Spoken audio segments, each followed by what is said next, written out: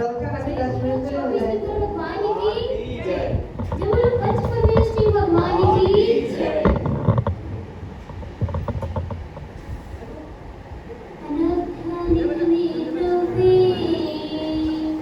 शोभयाय प्रतीक्षणम् उन्मजयन्ति निमिच्छन्ति जलकल्लोलवज्जले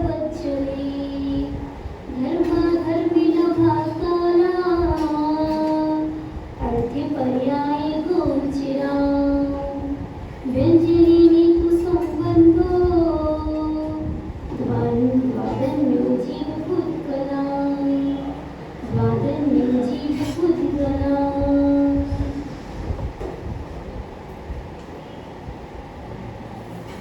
कह रहे हैं कि अनादि अनंत द्रव्य में अपनी अपनी पर्याय प्रतिक्षण उत्पन्न होती रहती है। पर्याय प्रतिक्षण अपने अपने द्वारा उत्पन्न अपनी अपनी पर्याय प्रतिक्षण उत्पन्न होती रहती है। वो विनष्टि भी रहती है। पर्याय उत्पन्न भी होती है और विनाश भी होती रहती है। जैसे जल में लहरें उत्पन्न होती हैं और विनाश होती रहती है। जल में लहरें उत्पन्न होती है वो विनाश हो जाती है। उसी प्रकार धर्म द्रव्य, अधर्म द्रव्य और आकाश द्रव्य और काल द्रव्य, इन चारों द्रव्यों में अर्थ पर्याय होती है।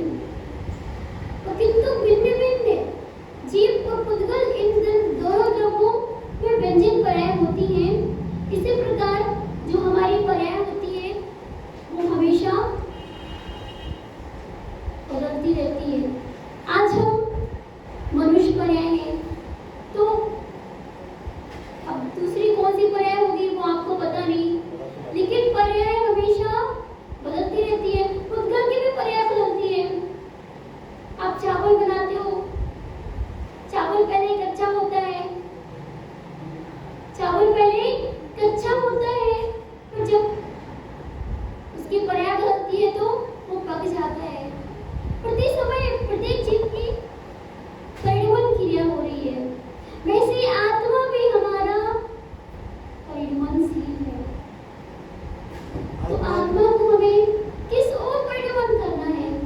हमारा आत्मा इतना चंचल हो गया है कि हम जहाँ भी जाते हैं वहाँ हमारा मन चला जाता है। तो हमारा कहने का तात्पर्य है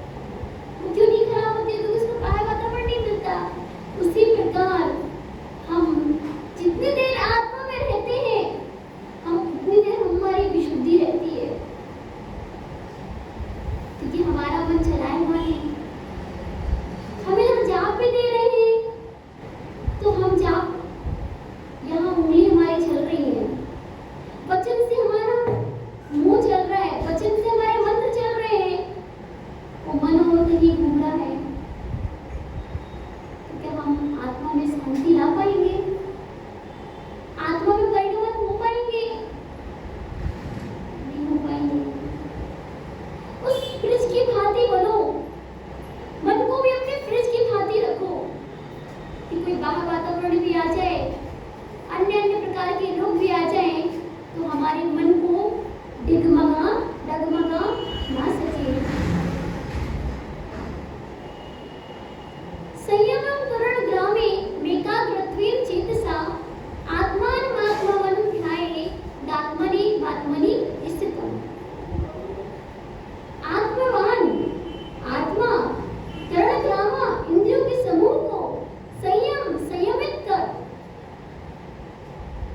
यह विषयों से रोककर चेतसा चित्त की एकाग्रता से आत्मनि अपने आत्मा में स्थित होकर आत्मना एव अपने आत्मा के द्वारा ही आत्मनम अपने आत्मा का ध्यायते चिंतन करे। आत्मा इंद्रियों को समूह को बाहरी विषयों से रोककर मन की एकाग्रता से अपनी आत्मा में स्थिर होकर अपनी आत्मा का ही ध्यान करे। इंद्रियां कैसी होती है? चलायमान होती है।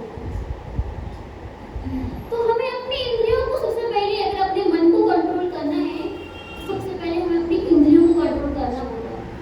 जैसे कि घोड़े में लगाम लगाते हैं ना, अगर लगाम लगाना बंद कर देंगे तो घोड़ा क्या होगा?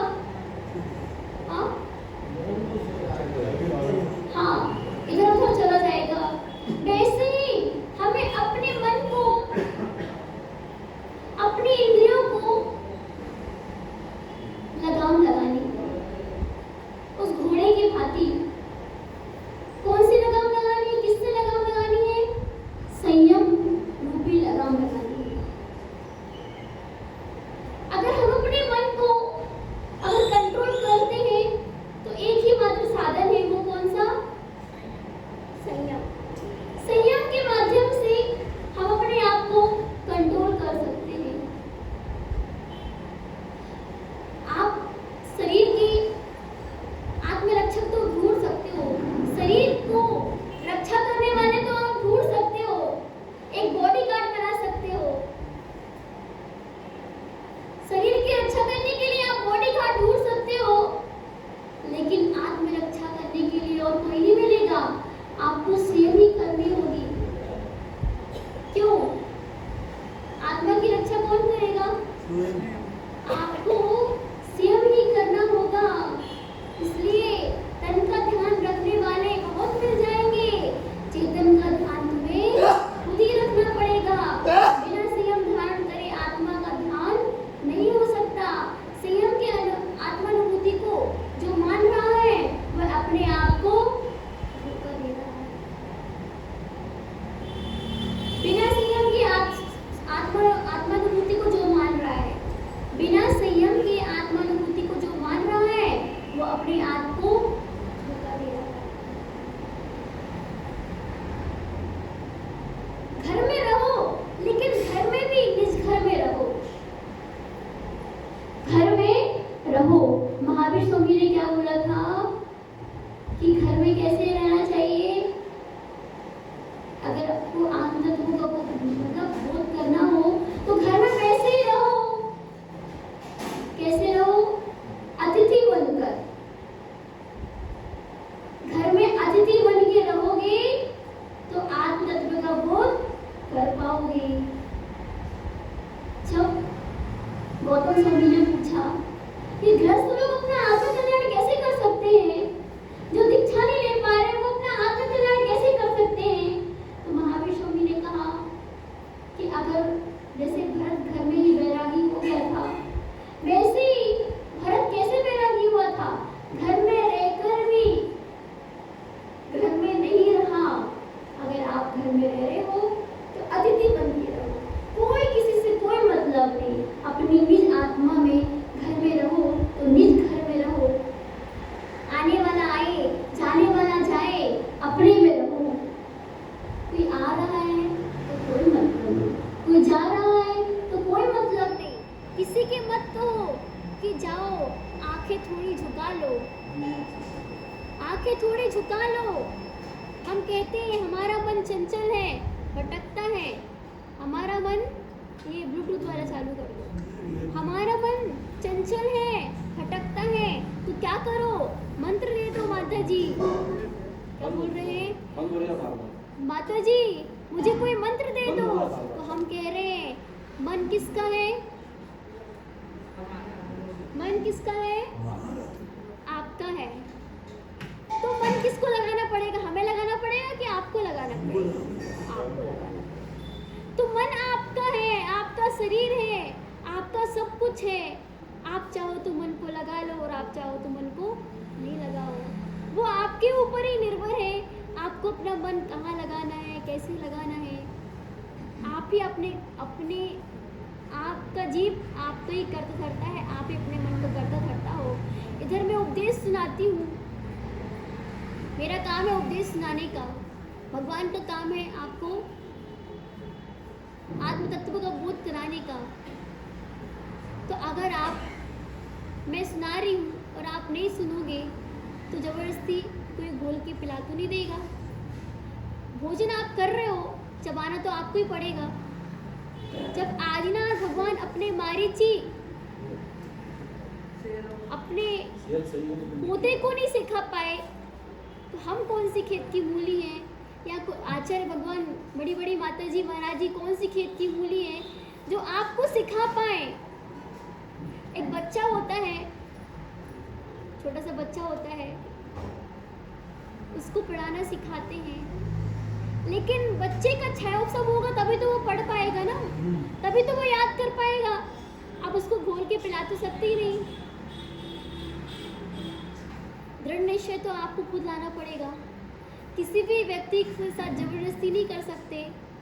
अब जैसे एक बच्चा, आपको धर्म की परिभाषा बताते हैं कि धर्म क्या होता है। धर्म को धारण करना होता है। जैसे मान लो एक बच्चा है, उसको खाना खिलाना है, बच्चे को आंटी खाना खिलाना है, तो क्या करोगे? अब वो पूरे घर में घूमते रहेगा, साथ साथ में माँ को भी घुमाते रहेगा, लेकिन वो खाना नहीं खाएगा। उसको मोबाइल दे देंगे, भैया तुम मोबाइल के माध्यम मोबाइल चला लो, उसमें ध्यान लगा रहे तो खाना खा लो। लैपटॉप दे देंगे, टीवी चालू कर देंगे, किसी न किसी माध्यम से वो खाना खाएं। उसी प्रकार धर्म, हम अगर किसी को बोलते हैं नहीं तुम्हें ऐसा करना ही पड़ेगा, अपन उसको टॉर्चर करते हैं, नहीं तुम्हें ऐसे ही करना पड़ेगा, वो धर्म अगर उसको करना भी होगा तो नहीं करेगा। अगर किसी व्यक्ति को या अपने बच्चों को धर्म सिखाना है तो वो जिस माध्यम से सीखना चाहे उस माध्यम से सिखाओ। जैसे कि अभी बच्चों के लिए हमने अभी वो तत्वासूत्र सिखा रहे हैं, तत्वासूत्र सिखा रहे हैं प्रोजेक्टर से। अब कभी कभी क्या होता है, बच्चे सुनने से ज़्यादा नहीं सीख पाते हैं, लेकिन देखने से ज़रूर सीखते हैं। अब बच्चों को अगर अपन कोई संस्कार देना हो अपने बच्चों को, तो क्या करते हैं, संस्कार देखना जैसे अपन करेंगे वो बच्चा वैसे ही देखेगा।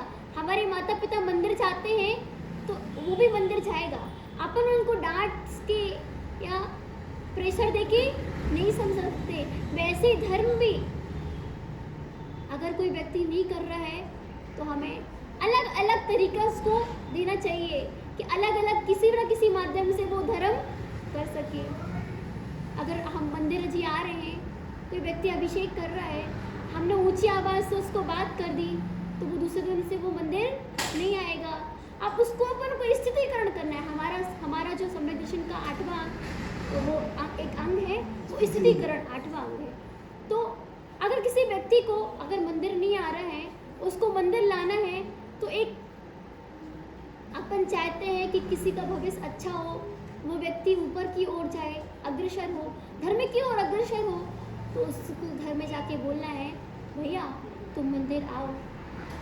हर एक व्यक्ति का कर्तव्य है, जितने भी यहाँ पे बैठे हैं, हर एक व्यक्ति का कर्तव्य है कि हमें अपने से अपने भाई बंधुओं को, अपने मित्रगण नहीं भी हो, दुश्मन भी हो, तो उसको धर्म की ओर लगाना है। कैसे लगाना है धर्म की ओर? जो जिस माध्यम से धर्म में आगे बढ़ रहा है उसको वही माध्यम से आपको आगे लाना है। उसको बोलना भैया तुम्हें पहले अभिषेक करना है, ठीक है कर लो, लेकिन धर्म से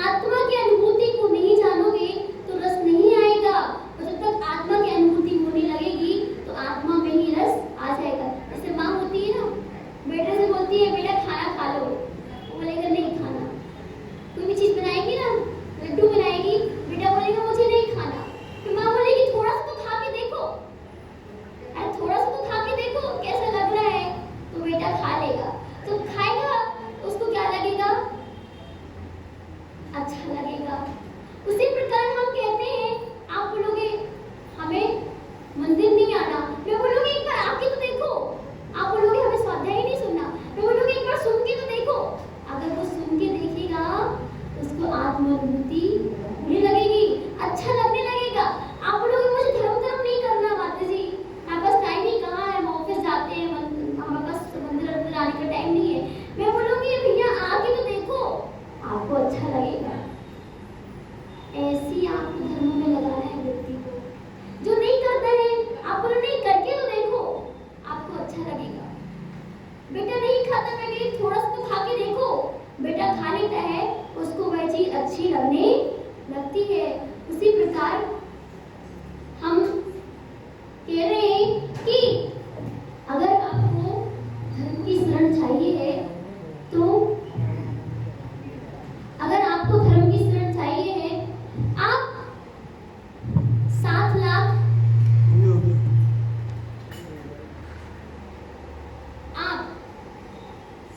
लाख पर्याय निगोद में रहे। 84 लाख के चक्कर बता रही हूँ आपको। 7 लाख निगोद में रहे, नित्य नो बोल, इधर नो बोल, है ना। 7 लाख, है ना। फिर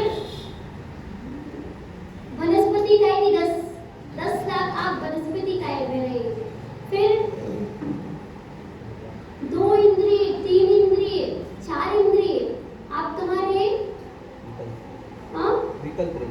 हाँ, तो 2 लाख, 14 लाख मनुष्य की। इस प्रकार 84 लाख योनियों में आपने चक्कर लगाए, फिर भी धर्म को नहीं जान पाए। 84 लाख योनियों में चक्कर लगाए, फिर भी धर्म को नहीं जान पाए। भैया आप 12 भावनाओं को चिंतन कर लो, आप 12 भावनाओं को चिंतन कर लो तो आप धर्म में लग सकते हो। 84 के चक्कर अगर आपने 12 भावनाओं का चिंतन कर लिया तो 84 के चक्कर नहीं लगाना पड़ेंगे। कितनी सोचो, 7 लाख निगोद में, इतर निगोद, नित्य निगोद, सोचो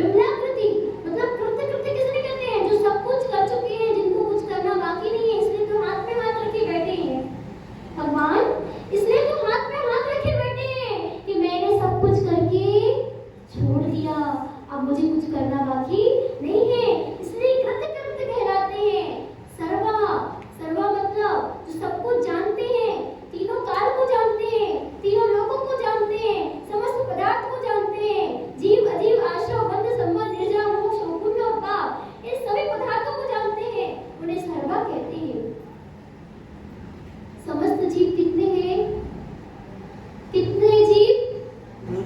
अनंत अनंत समस्त जीव हैं जो सब कुछ जान चुके हैं, जिन्होंने सब कुछ कर लिया है, जो सब पदार्थों को जानते हैं, जो परम पद में स्थित हैं, उन्हें परमेष्टि कहते हैं। तो अभी परमेष्टि का पर्व निकल गया। अब अपन कहते हैं कि माता जी 2 मिनट वास्तु का संक्षिप्त बता दो। अपनी क्रिया हमारा टॉपिक छूट जाएगा फिर ना, अपनी क्रिया क्योंकि देखो अपनी क्रिया सबकी अपनी अपनी रहती है, हमारा भी एक रहता है।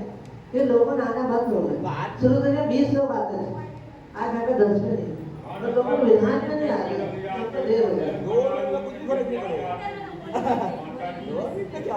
देखो 2 मिनट वास्तु का टॉपिक बता दो। देखो वास्तु हमें, आजकल लोग वास्तु को हवा मचा रहे हैं, वास्तु को हवा मचा रहे हैं। तो वास्तु हमें कैसे करना चाहिए? तो वास्तु, अब कुछ लोग बोलते हैं माता जी हमारा दरवाजे कहाँ होना चाहिए? अच्छा बताओ, कौन सी दिशा में वो दरवाजा होना चाहिए? ये भद्रबाहु संहिता में बताया गया है वास्तु के बारे में। या आप धवला जी पुस्तक खोलेंगे, उसमें भी वास्तु के बारे में बताया जाएगा। और भद्रबाहु संहिता खोलेंगे या कल्याणकारी ग्रंथ भी खोलेंगे, तो आपको वास्तु के बारे में बताया जाएगा कि आपको विकल्प होता है कि हमारा दरवाजा कहाँ हो माता जी, हमारा मुख्य गेट कहाँ पे होना चाहिए।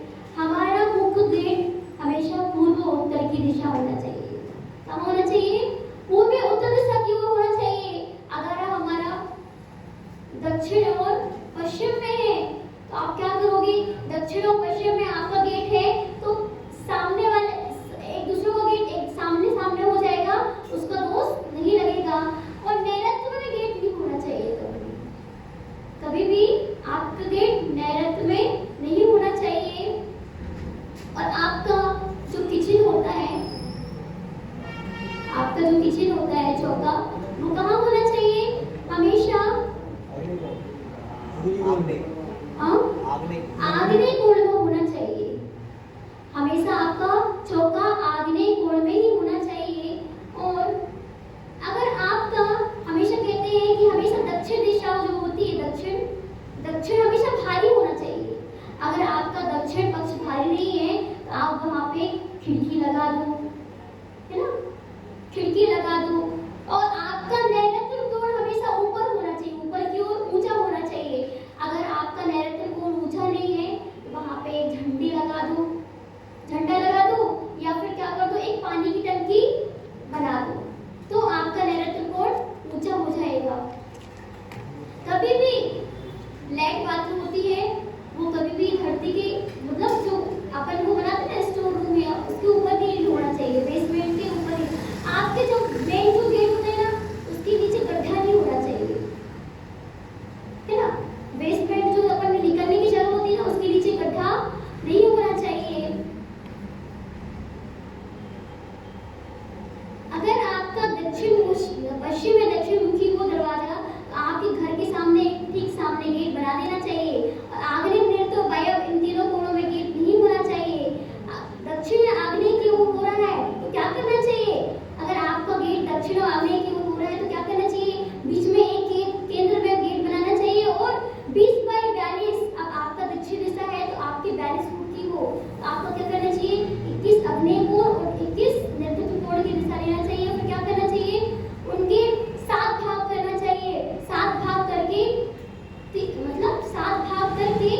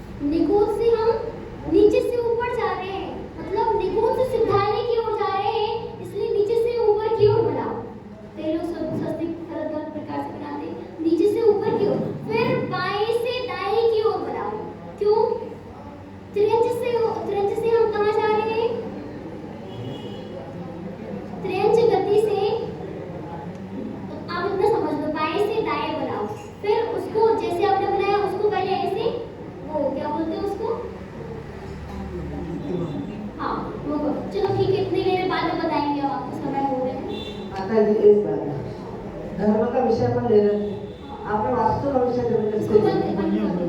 इसको और वास्तु का भी किसी को भी कोई इनको दिशाओं का भी ज्ञान नहीं है।